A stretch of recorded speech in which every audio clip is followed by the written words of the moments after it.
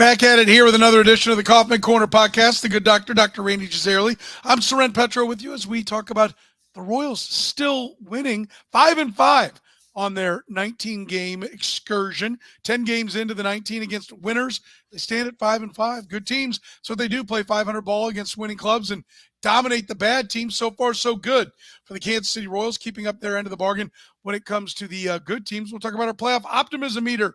Is Rany at a 12 on a 10-point scale?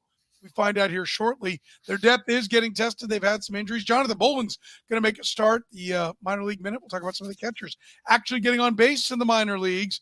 And Salvador Perez continuing to defy Father Time. We talk about it right now here on the Kaufman Corner podcast. You're listening to Kaufman Corner, the most in-depth analysis of the Kansas City Royals, breaking down the Royals like no one else can.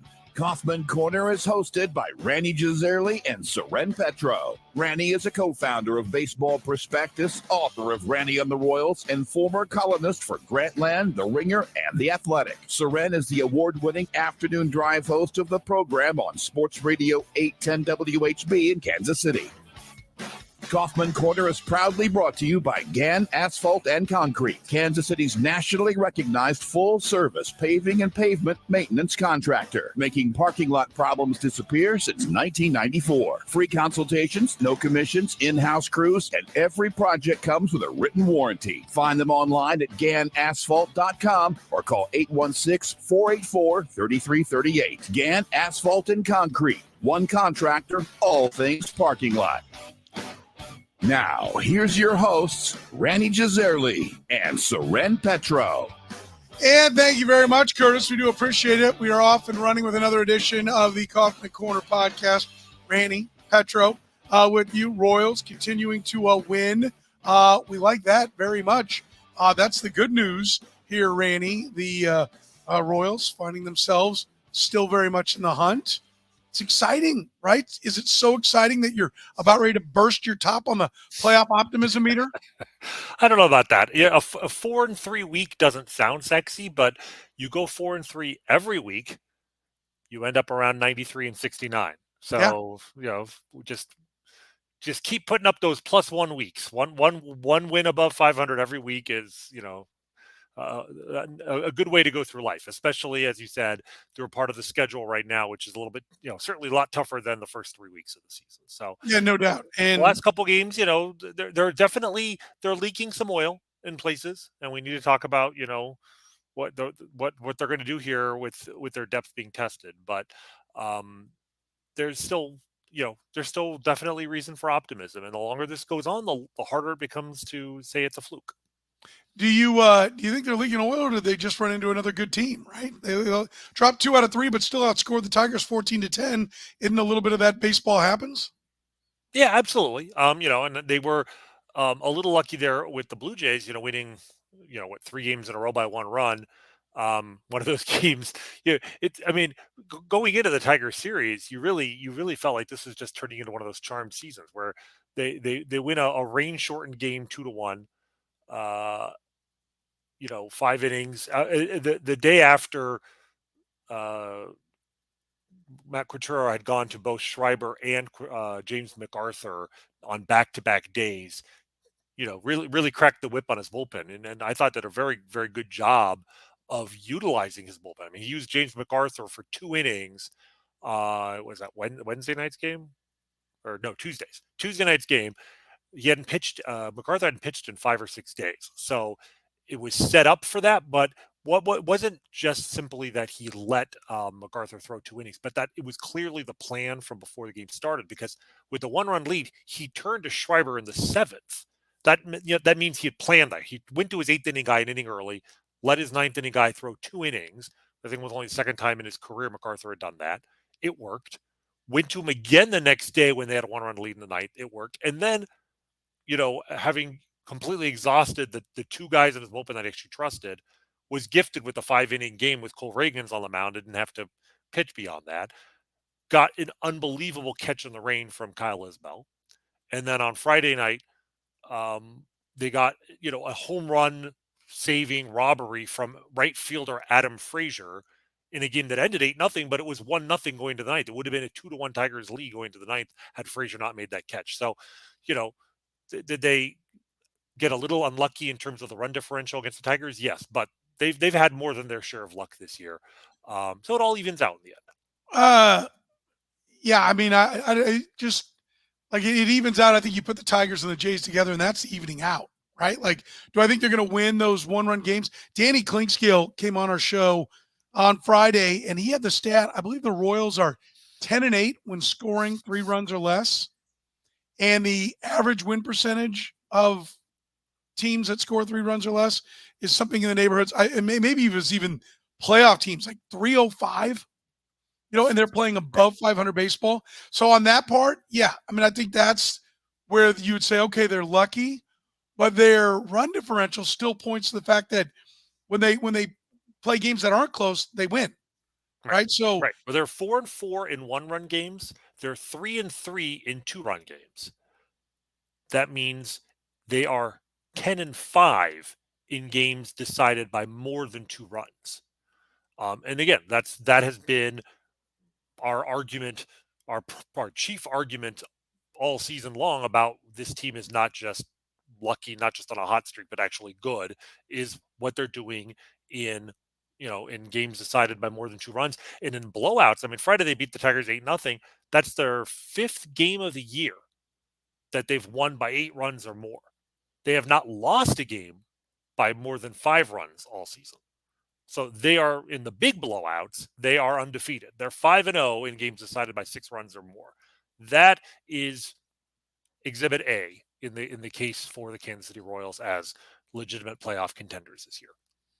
I'm kind of surprised. I've been firing up all the comments.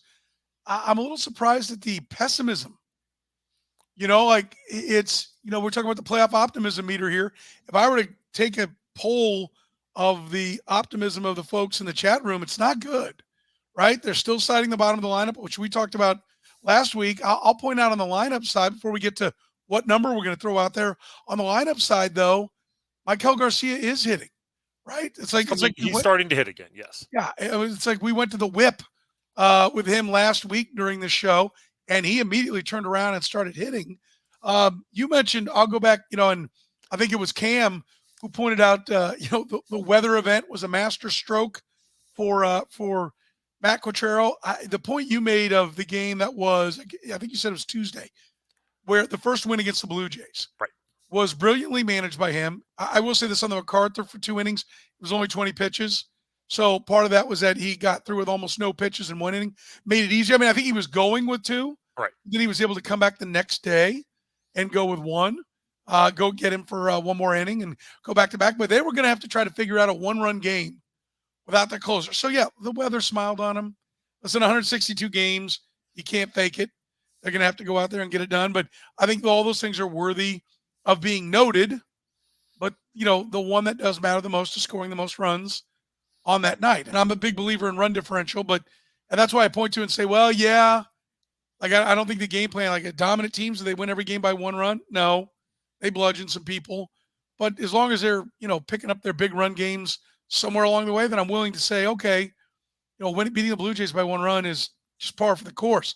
But I do think Quatrero, let's take a minute there. I mean, one of the reasons why I am excited about the team, and I'm going to be more optimistic this week than I was last week, is Matt Quatrero. I mean, at every turn, I like what I see. Mm-hmm. Guy has a plan for everything he's doing. He's not blowing up anything for the long run. Even in using MacArthur for 2 and coming back for another inning, I don't think he was going to use him again. Ned Yost had an ad. I asked Ned, I said, how many times will you use your closer? He said, saves come in bunches. You got to be ready for him, but I won't use a guy more than 3 nights in a row. Right. And I don't know that I like 3 nights. I'd rather have a dominant bullpen that doesn't need anybody to go more than back to back. But what I've seen out of Matt Quatrero, I'm quite impressed. Like, I definitely think he's a positive in every way. I completely agree. In fact, I would say the single biggest case for optimism in the long term, not just this season. Like this season, this might end up being a blip on the radar. This might end up being the opening month in a truly magical season. But looking ahead to the future, the one thing that I feel even more optimistic about today than I did a month ago is the state of the coaching staff in general. Quatrero, Brian Sweeney, probably even throw Zumwalt in there, but certainly the manager.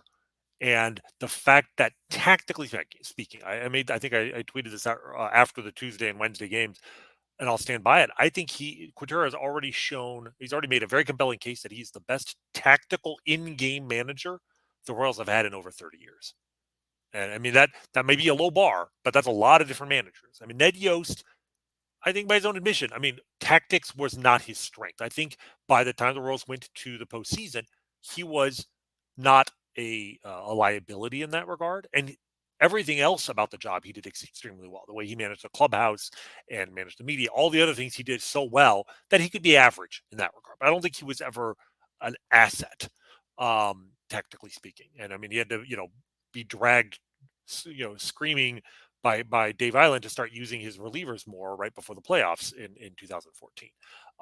So I go back almost to John Wathan, who I think was maybe the most underrated manager the Royals have had, and an extremely good tactical manager, to find a guy who, like you said, has a plan ahead of time, isn't reacting, and is also not overthinking things. I mean, Mike Matheny had reasons for everything he did. Bob Boone, by his own admission, was a tactical genius, but it's like they were focusing on the wrong things. Quintero, part of the Rays background is not just managing smartly, but also understanding the things that actually matter and the things that don't. And things like platooning, that matters. You can gain advantage by using left and right-handed batters appropriately. Using your best relievers in the most important situation, that matters a lot. Those are the things to focus on. And I think Quintero, to this point, has shown a real talent, and I think has quite frankly stolen a couple of games this year for the Royals with that. Like I said, last year it didn't matter, and I don't think we saw this much from him last year, but last year he was just trying to figure out who could play on this team, and the answer for most of the year was not many guys. This year it was quickly apparent that these games might matter, so you might as well try and win them. And I've been impressed with how seriously he's taken that part of the job. Yeah, and I'm impressed with their fortitude, like beating the Toronto Blue Jays. Part of it is, when the goofy fat kid who can hit plays first base for the other team, drops the ball, as Vlad Guerrero did, you make him pay. And that's what the 14 and 15 Royals did. Danny Klinkskill started calling them greasy wins because it had been so long since we'd seen the Royals win, we didn't know what it was like to see the team that was the more professional team. Yep. Right? We'd always seen them kicking the ball around with, guys playing out of position and everything else. And then to see a team that can really, how important it is to just pitch it and catch it, let the other team make the mistakes. And that was one of the wins that they got against the Blue Jays. I mean, if you listen, everybody loved to have Vlad Guerrero. Ideally, you'd probably like him as your DH, but he's going to have to play somewhere. And when he does play somewhere, you need to make a team pay for that. And they did. And that's professional baseball. Some of it's not, finding the cheat code in mathematics to figure it out. Sometimes it's just catching the ball, throwing the ball. And that's what they did in that game. And it's one of the reasons why I think we're going to continue to see this team evolve into everybody finding their spot. I mentioned the lineup. The bottom of the lineup is still a big topic amongst everybody in the chat room. By the way, if you are just joining us here via the podcast, you can always be a part of the conversation. We stream live usually 10 p.m. on Sunday nights is when we're live. Just follow Rany and I on Twitter, and you can see when we're going to be on Sunday nights. But that's a big part of the conversation. I'll also tell you, by the way, we're brought to you by Gann Asphalt and Concrete, nationally recognized full-service paving and pavement maintenance contractor. Our folks at Gann are celebrating 30 years. Parking lot problems, they've been making them disappear in Kansas City for 30 years. One contractor, all things parking lot. Don't leave anything to chance. Whether your lot, if it only needs to be sealed, maybe it just needs to be striped. Maybe it needs everything. Maybe it's a brand new lot. Gann Asphalt and Concrete, one contractor, all things parking lots. Let's talk about that bottom of the lineup a little bit in the sense that the Rays always play defense. And as we're seeing some guys not hit towards the bottom, and really MJ Melendez is kind of starting to slide into that category of a guy who's not hitting here of late. That's an understatement. We'll get to that, but yes, very much so. He is catching it, though. I mean, he is doing that part. Yes, no, that him and Vinny both, were guys who came in as bat first, if not bat only guys. both of them have been shockingly good defensively. I'm not sure which one surprises me more. Because Vinny has been tremendous, and the defensive numbers for him bear that out. But Melendez has been fine, and the difference between a guy who really should be DHing and a guy who can play a manageable left field, enormous difference in the offensive expectations there. So the Royals still, to this point, have given up one unearned run the whole season. And that actually wasn't on an error; it was on a pass ball by Salvador Perez, of all things. So yeah, they came into the day today fourth in the league in ERA, but first in fewest runs, right? Because unearned runs count just as much as earned runs do, and so when you put pitching and defense together, that is why the Royals are, that's the source of their success, is just how good they've been on run prevention, not just pitching. All right, you've got some underlying numbers you wanted to cover about whether this team is real or not. So here's the thing, and if we're going to get into our playoff optimism meter, even though the Royals had a good week, I don't feel necessarily more optimistic than last week, and the reason why, the underlying numbers do worry me a little on the offense side. And let me break it down this way. We talk about the run differential, and the run differential is still elite. They're plus 44 or plus 43, excuse me, at the moment, which is incredible. And by runs scored and runs allowed, even though they're 17 and 12, they should be more like 19 and 10, which is phenomenal.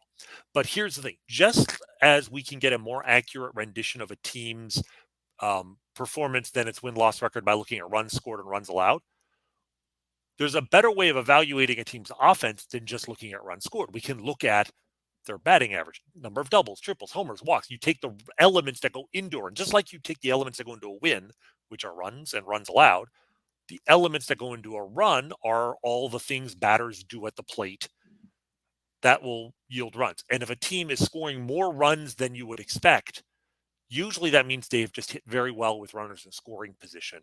And you want them to hit well with runners in scoring position. That's not a repeatable ability, and therefore there's probably some luck involved, which means they probably will not score as many runs going forward. And so the worry I have here is coming into today, and obviously today they scored one run, so this doesn't, they're not helped by this. They were fifth in the league in runs scored, which is great. And if they stay fifth in the league in runs scored this year, I think they're going to the playoffs. They were ninth in batting average, 11th on base, 8th in slugging. The Friday game against Detroit's instructive. They won 8-0. Sounds like they kicked the crap out of the Tigers.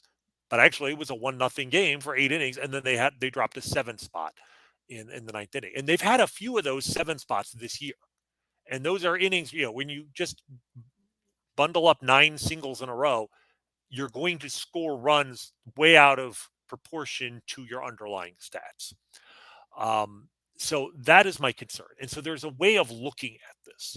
And my old colleague, a fellow founder of Baseball Prospectus, Clay Davenport, who's been mostly retired from the baseball analysis business for a while now, but still maintains what I consider to be a really, really useful resource on the web, which is he gives you every day. He'll take the underlying stats. He built the statistical engine years ago, and it still works very well.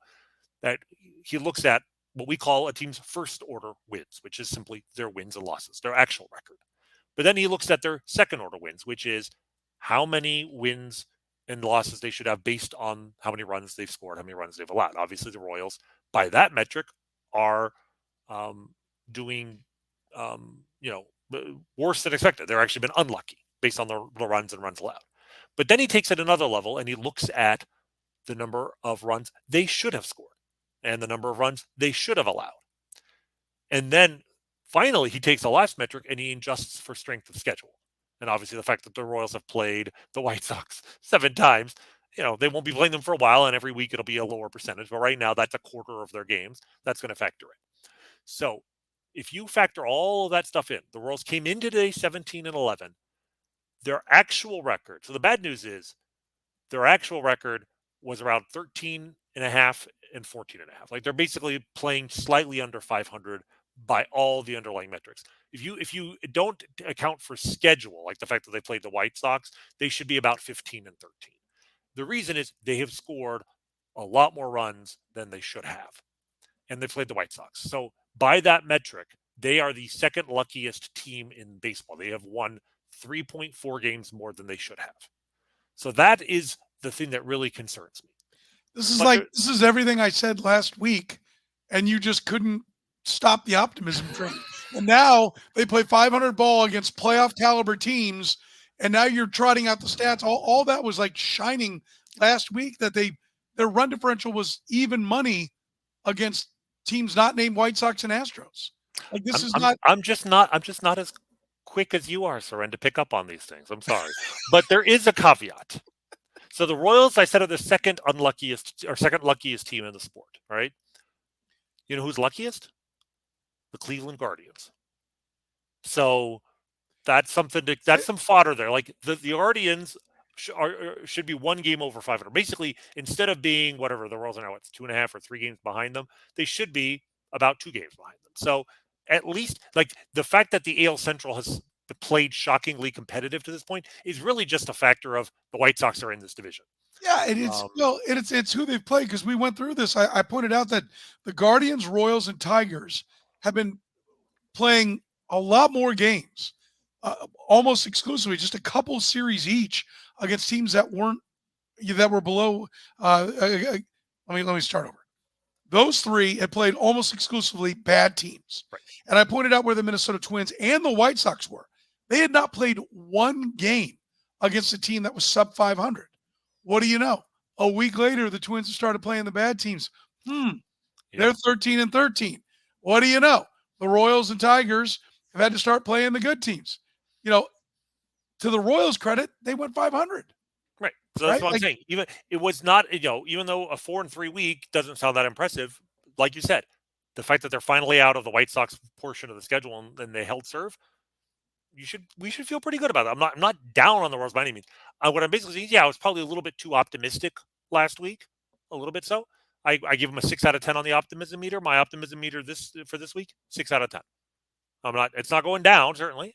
Okay. Not going up. 6 out of 10 is still, if you had told me a month ago we would have an optimism meter, let alone that I'd be at 6 out of 10, I'd be quite surprised. So I feel better about that number this week than I do last week, having looked at all the underlying data and being like, yes, they have had some fortune with their schedule. They've had some fortune with bunching their hits together. But even so, they are a 500-ish team, which is great. And 500-ish team with already some good luck in the win column so far means they don't have to be much better than they have been to be a contender, I should say, the rest of the season. So you were at a 6, you stayed at a 6. I stayed at a 6, yes. I was at a 4. I'll go to 4.5. That's perfectly fine. If I got to pick a whole number, I stay at 4. No. I was before these last 2 games, I might have been at a 6. I couldn't go to a 7, not this early in the season. So right. I was looking at fractions and decimals too. Don't worry. I will go to the 4.5 because, listen, we've said it a million times. I'll say it again. Good teams, 500-ish against each other, pummel the bad teams. They pummel the bad teams, and now they're playing 500 ball against the good teams. Like, I don't know how I can ding them for that. Right. There are underlying problems. Again, the division is part of it. And I think, by the way, everyone, please take a look at the Twins. They're back up to 500 now, right? They're the favorite in this division. Their schedule was tough to start. It's now they're getting the easier side. And so it really does feel like a 4-horse race. You better beat up on the White Sox. You better beat up on the A's. You better beat up on, and then the A's aren't even that bad right now at 12-17. But when you get the bad teams, man, you better handle business, right? That's going to be one of the things that is going to be critical for these clubs. But I do like their competitive nature, and I think they're doing a good job of stringing the bullpen together. I do think ultimately, like if you said, okay, our optimism, making the playoffs is a 10, right? 9 feels like, hey, it looks pretty good, but we're not quite there, right? A 10 is making the playoffs. I'm not even halfway there yet because they got a long way to go. And we're going to get into we've already touched a little bit on the depth issues, and that bottom of the lineup's not coming around. Well, here's the other concern. If you're talking about the bottom of the lineup, I'm worried about the middle of the lineup right now. Because let me throw a couple more numbers at you. Sure. You know what MJ Melendez has done in the last 13 games? Oh, yeah. 3 for 43.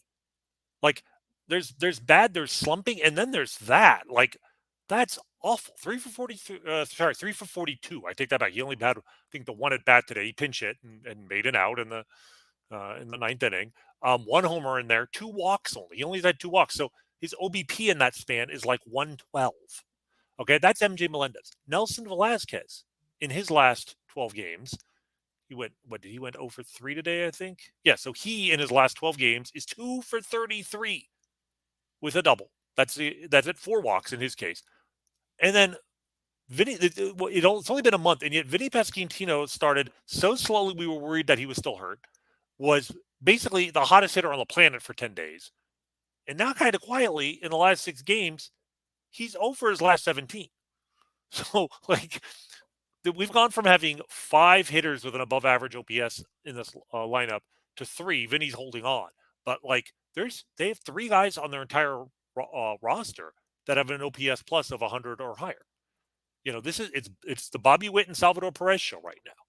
And now Michael Garcia, yes, is maybe hitting again, but the 3 other core guys in that lineup are not. So this is why, I'm a little bit nervous right now that they got to get the offense going again, because they already had problems at the bottom of the lineup. And now, these other guys, they have really no choice but to stick with them. They don't have replacements for the number 9 hitter. They certainly don't have one for a number 5 hitter. They got to get MJ going again. I'm going to quote a friend of mine who's watching. He's not in the chat room, but he texted me. Never believe any fan who says, quote, I'd be so happy if my team was just competitive, or I'd be ecstatic if they just got off to a good start, or I'd love it if we could just play 500 baseball. And he's so right. Yeah, you love that for about 5 minutes, and then you get antsy and edgy, and you want more and more and more. It's a drug.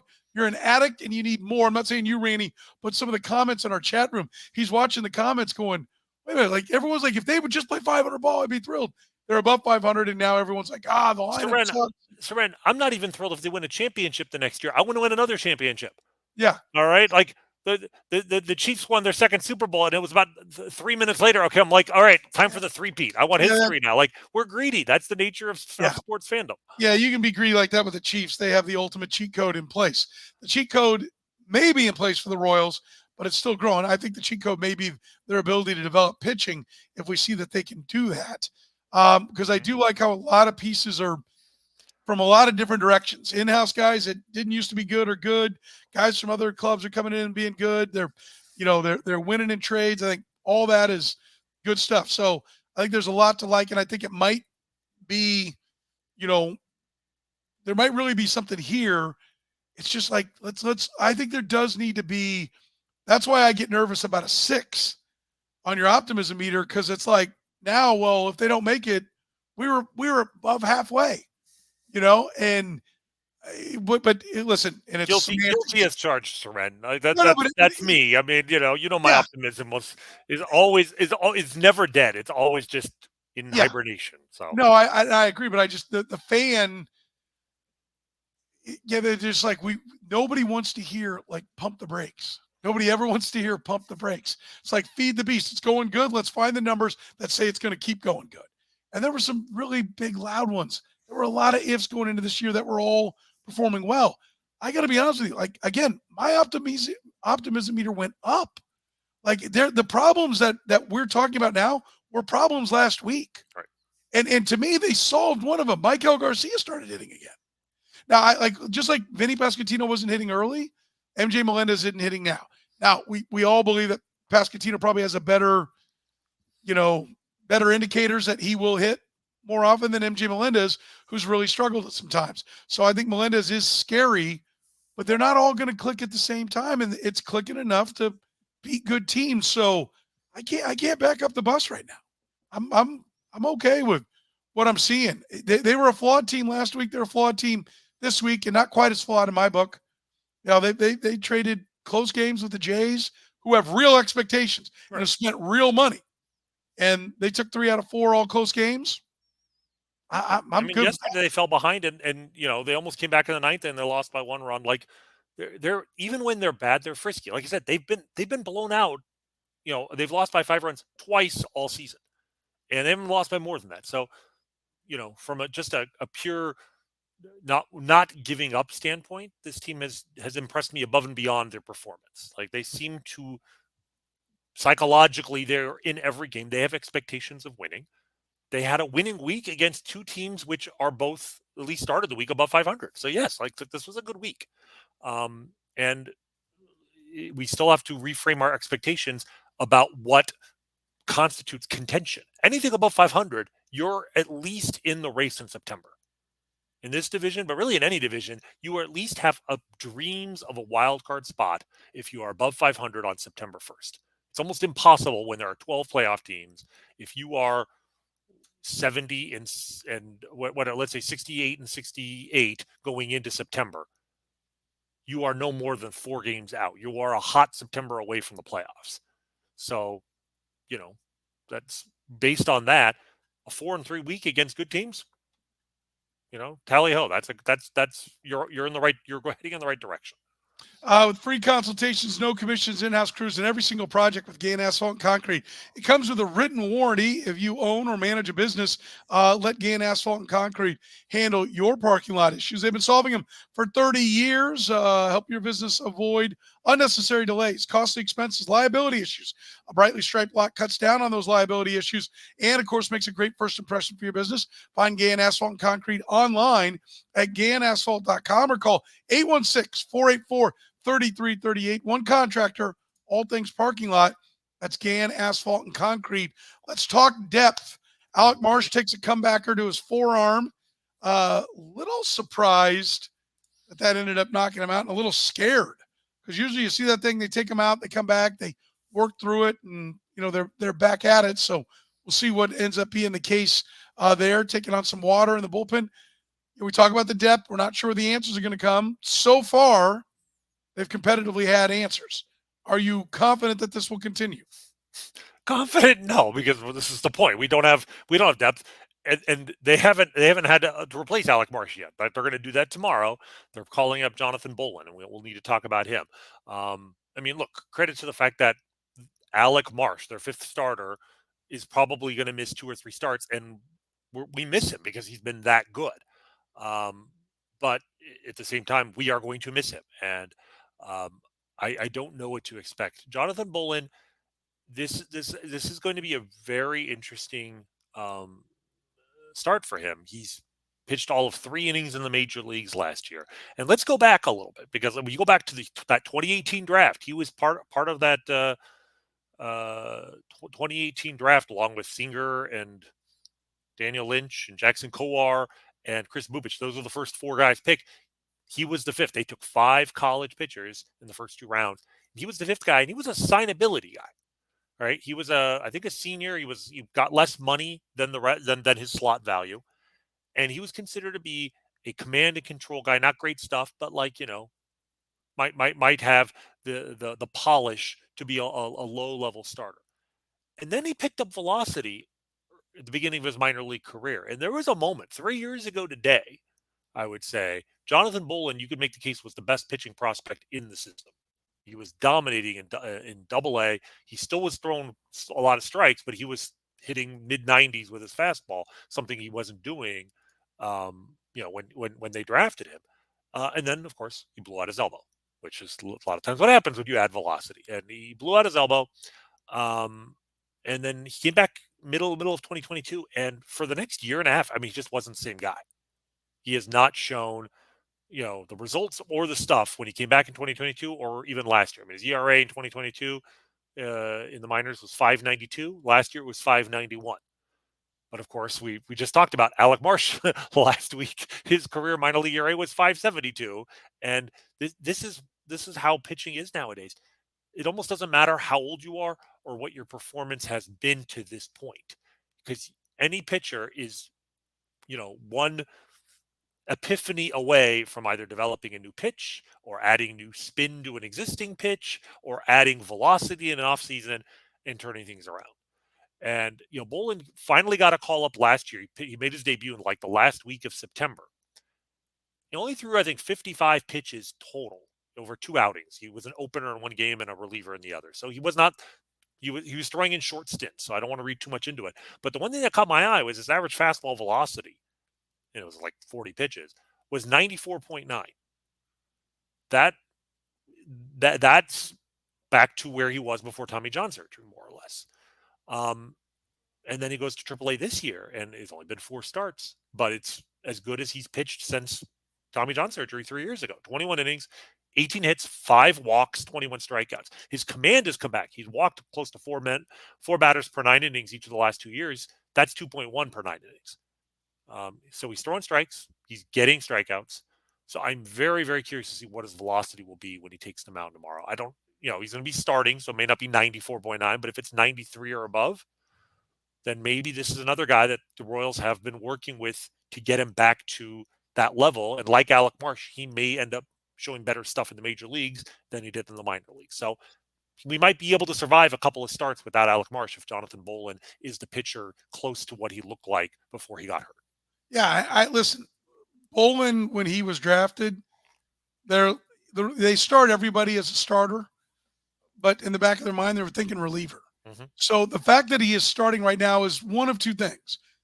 It's either desperation because we got nobody else. Well, it's certainly an indictment of Daniel Lynch. I mean, let's be for sure honest, right? For sure. That's been a big disappointment. Yeah, but he's what is he now? 27 years old. Like it's time to go. Mm-hmm. And I think ideally he would have been pushed to the bullpen. I think how long do you think we'll see him go? I mean, I think it helps that they haven't had to use, Schreiber or MacArthur here today, and I think yesterday. So, but I still think 5 innings. I mean, I don't think he's going to be used as an opener tomorrow. They don't have that kind of bullpen depth with good relievers. If they're winning or they're in the game, he's going to go 5. That's what they want. What do you think is going to happen? I don't like to predict any individual game. I will say this: if he's throwing strikes, big if, but if he's not overwhelmed by the moment, because the guy's thrown 3 innings in the major leagues his career, so he may just go out there and just be, intimidated by that. But if not, the Blue Jays, they're somewhat vulnerable to right-handers. I think he'll go out there and give them 5 innings and give up 2 or 3 runs. They'll keep them in the game, assuming they get some offense. But this is probably going to be a game that comes down to the bullpen, and that's kind of scary because the Royals have 2, maybe 3. They have 2.5 reliable relievers at this point. Well, he started 4 games and averaged 5 innings in the minors. So I don't think he's getting that far in the big leagues. Although I will tell you there is the phenomenon of, listen, he's not a big name prospect. And I think teams go to bed the night before seeing a guy they don't recognize the name. Hey, let's hit the town. And you'll see some guys like Jonathan Bowlan come up that aren't the biggest prospects, and they have kind of a shockingly good day. I call it the Bobby Keppel effect, where for a couple of games, they're like, wow. And then the big leaguers go, wait a minute, what the hell's the scouting report on this guy? He does what? He throws what? And then they go out there, and they're ready to go. I might be wrong, and he might go 5, and he might be outstanding. He might go 6 because they're not taking him serious, and he gets them with better stuff than they anticipate. But I think he's ideally a guy that this organization's got to find more starting pitching so they can get him to the back of the bullpen, because I think that's where he's got the chances. When you shorten him up, he's got the best chance to be effective. But listen, they don't have enough starting pitching, and if he is a frontline starting pitcher, the reason I bring up where I had talked to people when they drafted him, what their kind of vision was we're going to give him every opportunity to succeed, but in the back of our head, we're kind of thinking he's going to make his way to the back of the bullpen. If he comes up and he is an effective starter, that was the mindset from the old regime that took him. And the new regime has now given him a new weapon or 2 and made him into a starter. So I think he's definitely a big league reliever. The question is, can he be a big league starter? And that's the exciting thing for me, is are we going to see another example of the new regime taking what was an old guy that was struggling and turning him into something that's really productive? Alec Marsh, as you pointed out famously several weeks ago, was it 5.72 career minor league ERA? And now we're like, oh my God, Marsh is down. Maybe Boland's the next case. I was going to say, like, one guy might be a fluke. If they turn Jonathan Bowlan and Alec Marsh into, average plus major league starters in the same season, then yes, you have tremendous evidence at that point to say the new regime is better at developing pitching, certainly than the old regime, but might actually be a real asset in this regard. I mean, that's because that's what good organizations do now. It's not good organizations coming up with the next Justin Verlander, because frankly, there are no more Justin Verlanders, because no pitcher in baseball is allowed to throw 240 innings over 35 starts in a season. the best you can do now. The best we can do is 32 innings at about 32 starts at about 210 innings. That's not the most you're getting out of any one guy. I don't like it. You don't like it. Nobody likes it, but that's modern baseball now. So the way good organizations work is they just develop 10 dudes who all give you 140 shockingly good innings. Right? That's sort of the formula now. So that is something that is, I think a repeatable phenomenon, because so many organizations, the Dodgers, the Rays, the Guardians, have shown the ability to do that. That I do think that there's something in the developmental process, the way they teach pitching, the way they evaluate pitching, the way they add new weapons to pitchers that allows them to do that. If the Royals, and this is a big if, because obviously we've seen 4 starts or whatever from Alec Marsh, 5 starts, and we're gonna see maybe 2 or 3 from Jonathan Bowlan, but those are 2 guys, both of whom under the old regime I think would never have found success, certainly as a starter, but probably not even as a reliever in the major leagues. So if they both find success, then that's, again, another thing, not just for 2024, but for the long term, that you can feel optimistic about this organization for. By the way, do you have any idea how old the youngest pitcher is on the AAA staff? Oh, God. The youngest, including relievers? Yeah. There aren't a lot of young guys there, are there? Are you looking at it right now? No. I'm looking at the screen. I'm trying to be honest here. I'm going through the head of all the different guys who are down there. I mean, it could be everyone who's appeared down there. And Walter Pennington and Steven Cruz are probably like 26. I'll say 26. Is there a 25-year-old on that man? There's a few younger than that. Andrew Hoffman and Will Klein, 24. Steven Klein is still 24. Okay. I mean, I haven't looked at their actual birthday, but this is their baseball. Right. They're still probably 24 now then. Okay. And Klein obviously made his debut today. Speaking of guys who may be better in the major leagues and minor leagues, or we hope something will click. I mean, Will Klein today struck out 2 batters in his major league debut, didn't walk anybody, and that's all I really care about. He threw a decent number of strikes. He also threw a pitch 98, which was the hardest pitch thrown by any Royal other than Cole Reagans all season. But the problem with Will Klein, like the problem with Steven Cruz, like the problem with a lot of these guys, is not the stuff, it's the command. So the fact that he actually came up, was not intimidated in the major leagues and threw strikes, I feel more confident him working with Brian Sweeney right now at the major league level. So that's another guy where it's like, you look at his numbers since 2021 when he was a breakout minor league reliever. The last couple of years, Will Klein has not been able to throw strikes at all. So if he can suddenly throw strikes, he has the stuff to succeed at the major leagues. He does have 6 walks in 11 innings at AAA, which is a huge improvement for him over the last 2 years, I should point out. It's all right. John McMillan has seen that and has raised him. Yes, 14 he walks has. and 7 and change. Yes. So, and meanwhile, Daniel Lynch is apparently throwing underhand. 37 hits allowed in 23 2/3. Yeah, it's 37. Yeah, I don't. The stuff is gone. I just, it's unfortunate. It is. But yeah, so the depth is being tested. We will see what we get. But Jonathan Bowlan is exciting to me.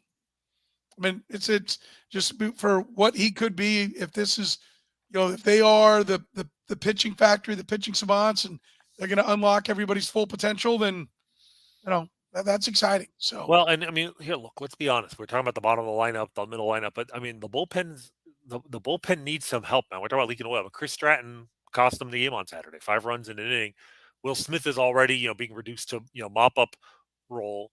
And Matt Sauer is a Rule 5 pick that they're trying to hold on to for the whole season. But like, if they stay in this race, how many guys, even on the 8-man bullpen, how many guys can you call mop up men? Like, you actually have to have 5 or 6 guys who can pitch in real roles. You have MacArthur, who I love. You have Schreiber, who, that's good on them for making that trade because they really needed him, and he's been very good. And I still believe in Angel Serpa. He's not, perfect, but he's the 3rd best reliever on this team right now. Beyond him, I mean, Nick Anderson, 5 walks and 3 strikeouts, and he went out there today and walked a guy, so now 6 walks and 3 strikeouts for Nick Anderson. His ERA may not be bad, but that's a ticking time bomb right there. And Stratton's 10 walks and 11 strikeouts, and Will Smith, we don't even want to talk about him. So they need some relievers. So the hope here with Bowlan, like if he goes out there and actually shows something, when Alec Marsh comes back, maybe Bowlan slides into the bullpen.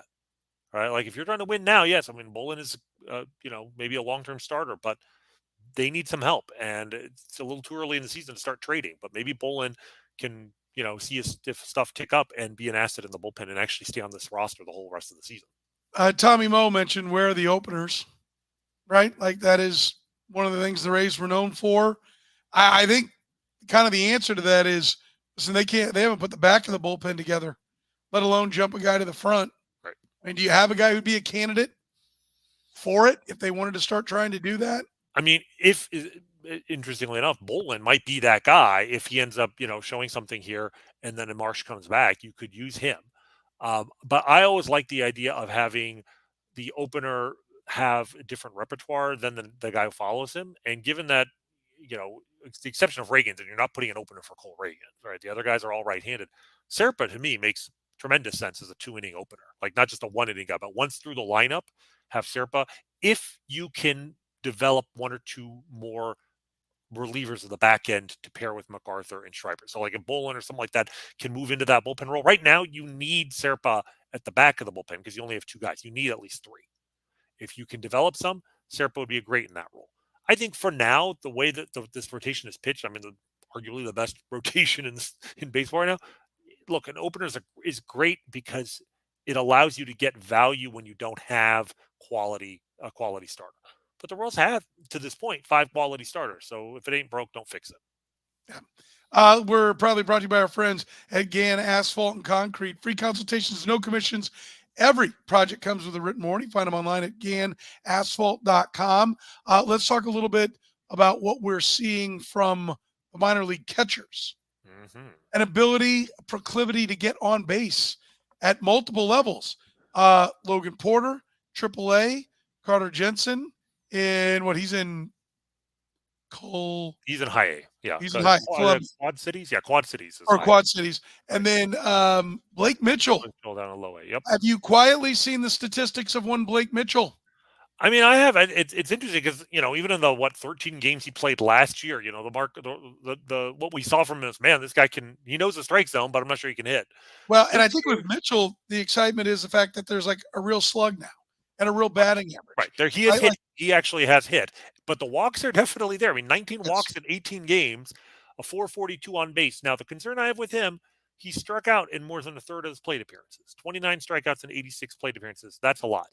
But I will say, I think the first 5 or 6 games of the year, he had 12 strikeouts in 17 plate appearances to start the season. Not feeling good about that. Since then, he's had 12 strikeouts in 17 strikeouts in 65 plate appearances. About a 1 in 4. So assuming you just had a little bit of an adjustment to make at this level, his strikeout rate has come down since the first week of the season. And like I said, 470 slug. He's got 8 extra base hits. The interesting thing is, he's left-handed. He's a catcher, and he gets on base. That's a rare profile. You and I would like to call that the Darryl Porter profile. Yes, Darryl Porter's always been, the patron saint of this podcast. I mean, there are very, very few players who have that kind of profile. Catcher, left-handed. That by itself, left-handed hitting catchers are always fun. But to actually have an on-base ability to go with that and some pop, right? Like not a pure on-base guy. This isn't Mike Lavalier, if you remember him, or Spanky. Brent Maine even was a little bit of an OBP guy, but no power. No, we have power and on base from a left-handed catcher. Very few guys fit that profile, and yet one of the few guys in the minor leagues who does is the guy right above him, one level above, Carter Jensen. And Carter Jensen, this is the interesting one, because remember, Carter Jensen was very young for his draft class. He's actually 2 weeks younger than Frank Mazzucato, who was also in that draft class. Both 17 when they were drafted, and went to A-ball as an 18-year-old in his first full pro season. Carter Jensen did not hit at all the first half of the season, and then right around his birthday, it's like boom, the light turned on. He was a monster the second half in Columbia in 2022. So he got promoted last year to high A-ball. Same thing happened. Didn't hit it all the first half of the season. Hit much, much better after he turned 20 years old in midseason. So this year he's repeating high A-ball. And I know some people are like, you can't trust stats when the guy's repeating the level. But there's really no evidence for that. The reason people say that is because when you repeat a level, you're a year older at the same level. But Carter Jensen was 17 when he was drafted. He's 20 years old right now. He turns 21 in July. He'll probably be in Double-A before he's 21 at the rate he's going. Because this year, not having to adjust to a new level, he is raking, my friend. 338 batting average, 484 on base, 514 slug. He's got more walks than strikeouts. 20 walks, 18 strikeouts. He's always been a patient hitter at the plate. The patience is there, but now he's actually hitting for average, hitting for a little bit of pop. He's hit double-digit home runs each of the last 2 years. Both of them, they have good reputations as catchers, not so good that you're certain they will stay behind the plate. But at least at the moment, there's no talk of them needing to change positions. I mean, mind you, MJ Melendez, nobody was talking about him moving positions when he was an A-ball either. So these guys, either or both, might end up being a corner outfielder or first baseman. But for now, at the very least, I don't think they'll ever trade Blake Mitchell this early in his career. But Carter Jensen, if the Royals really want to make a splash, and I know their farm system isn't great, but Carter Jensen's the kind of guy, especially if you have Blake Mitchell right behind him and you believe he's the catcher of the future. Carter Jensen is one hell of a trade chip if the Royals find themselves in a position to make that trade in July. Well, and I like the three of them together, and I know, Logan Porter's more of a feel-good story and, just going to be a bit player, but it does speak to a change in the philosophy. It's not a coincidence when you have three guys at the same position getting on base. They're starting to value strike zone recognition. And that to me is, what the three of them together say about the organization is just as important. I'm with you. But they, MJ Melendez, they don't seem to want to trade anybody. Right? And that's one of the things that's going to happen. Like, you've got to figure out, what your roster is going to look like in a couple of years and be willing to move on from some of these guys. So, I do think it's important from that standpoint. But I think it's really important on Blake Mitchell, too. He's got to be good. I won't back off what I said. If you spit right in the face of the entire industry telling you, don't take a prep catcher, you can't be wrong. Absolutely. I agree. I'm hoping that we're going to laugh at like our draft analysis from last year in a couple of years, but they better be right, because if they're not, they have no one to blame but themselves. And if they get it right, more power to them. But some of the college guys they could have taken are hitting, and the difference is they're hitting in Double-A, and they're already on the cusp of the major league. So, and look, when you've lost 106 games, I don't think anyone can fault the Royals for taking a guy who might be a long-term project, even if it means they wouldn't be able to contribute this year when they're contending. I mean, I won't hold that against them, but Blake Mitchell better be a star. He better be an above-average major league player when all is said and done. Well, he frankly has to be better than the catcher the Red Sox took. Right, Kyle Teal. Right, that's the guy we'll compare it to. And Kyle Teal, last I checked, he may be in a slump now, but he was hitting reasonably well in Double-A last I looked.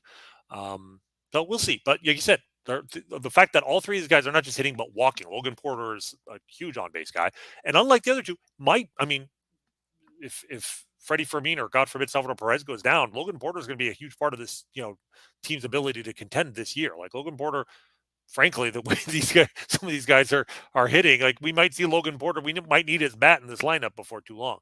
But it is absolutely an exhibit that this organization, maybe they're not at the forefront of on-base percentage, but it's no longer something they're ignoring. I mean, they're 8th in the league in walks right now out of 15 teams, right smack in the middle. That's fine. That would be the best they've finished in that category in decades. So I no longer look at them as an organization that just does not understand the value of plate discipline. Let's finish talking about the old man catcher, Salvador Perez, for whom plate discipline is not always been his game. Although this year, well, but you know what else has not been his game before we get to the bat, as he does lead the team in home runs, framing hasn't been his game. Yeah, and he's doing that, and that's one of the things. If you want to talk about a guy maybe making his way to Cooperstown, the knock against him was a lack of on base. He's got to keep hitting the ball over the wall if he's going to be a Hall of Famer one day. He's doing that with 7 home runs already on the year.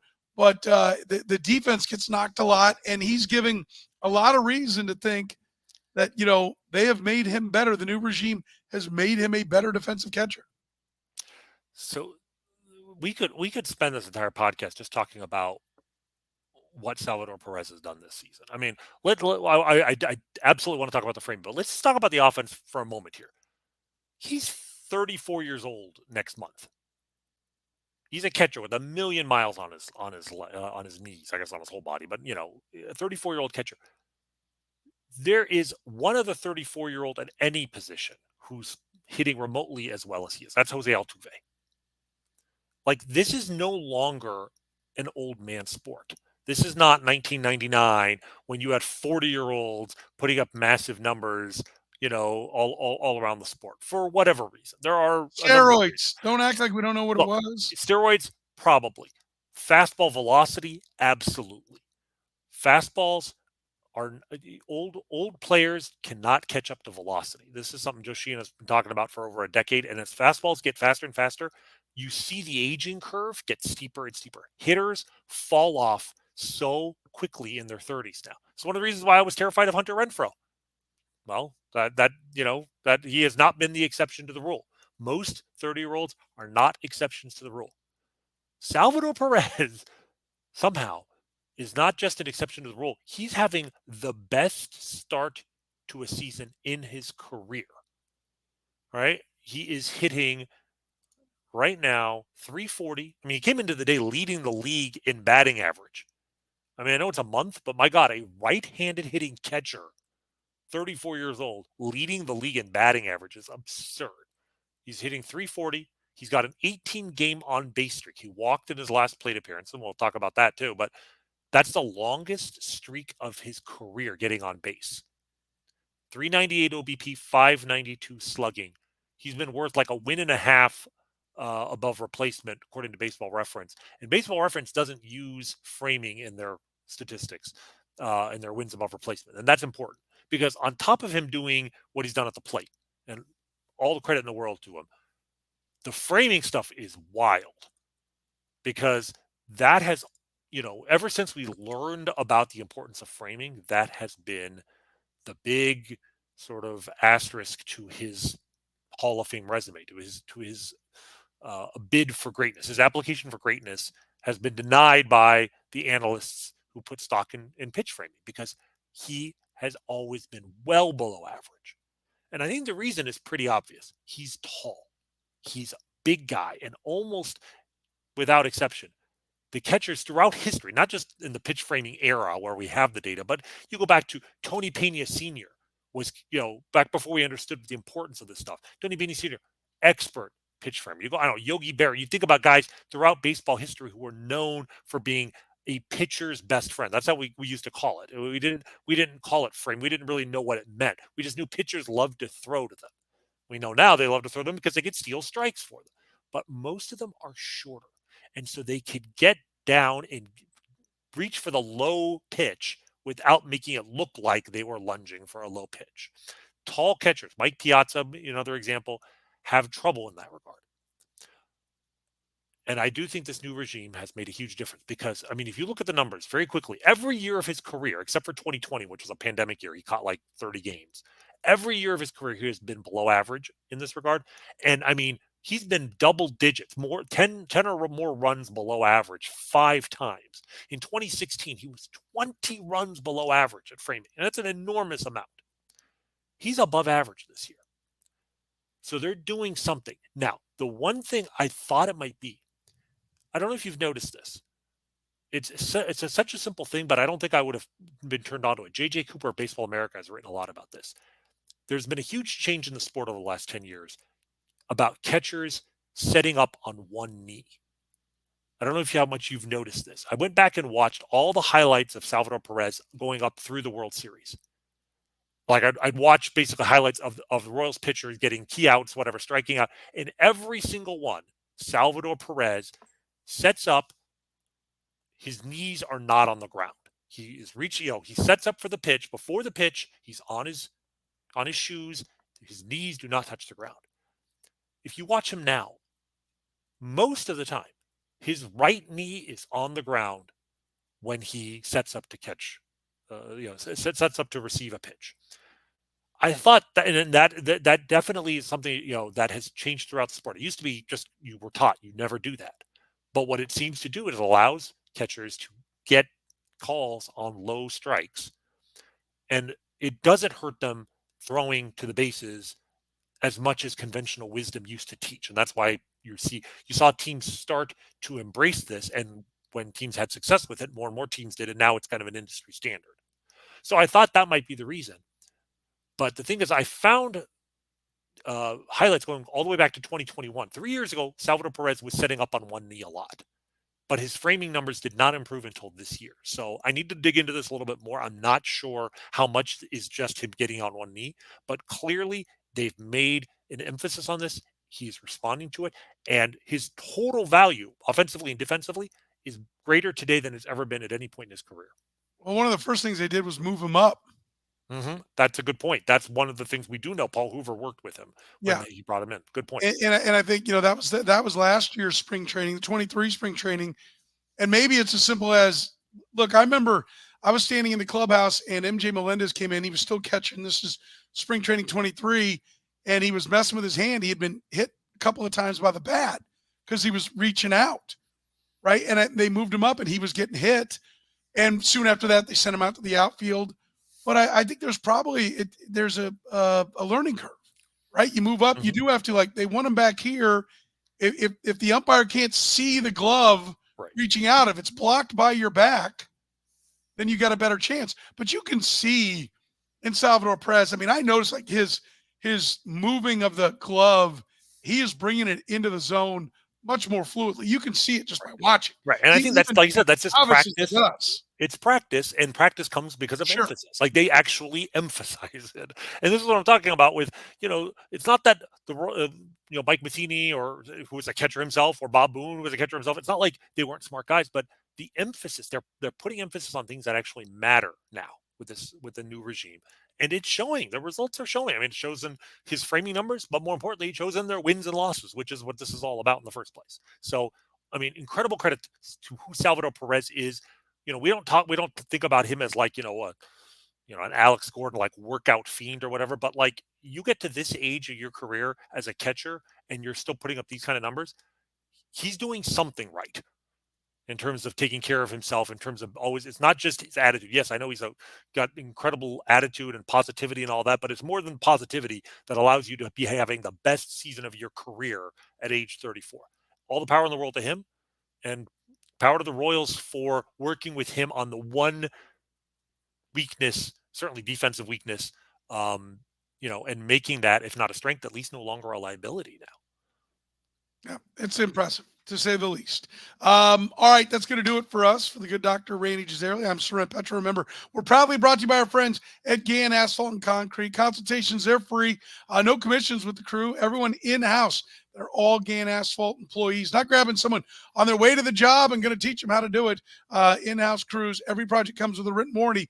Gann Asphalt and Concrete, making parking lot problems disappear in Kansas City for 30 years. Find them online at GannAsphalt.com. So for Dr. Rany Jazayerli, I'm Soren Petro saying thank you very much for joining us here on Kaufman Corner.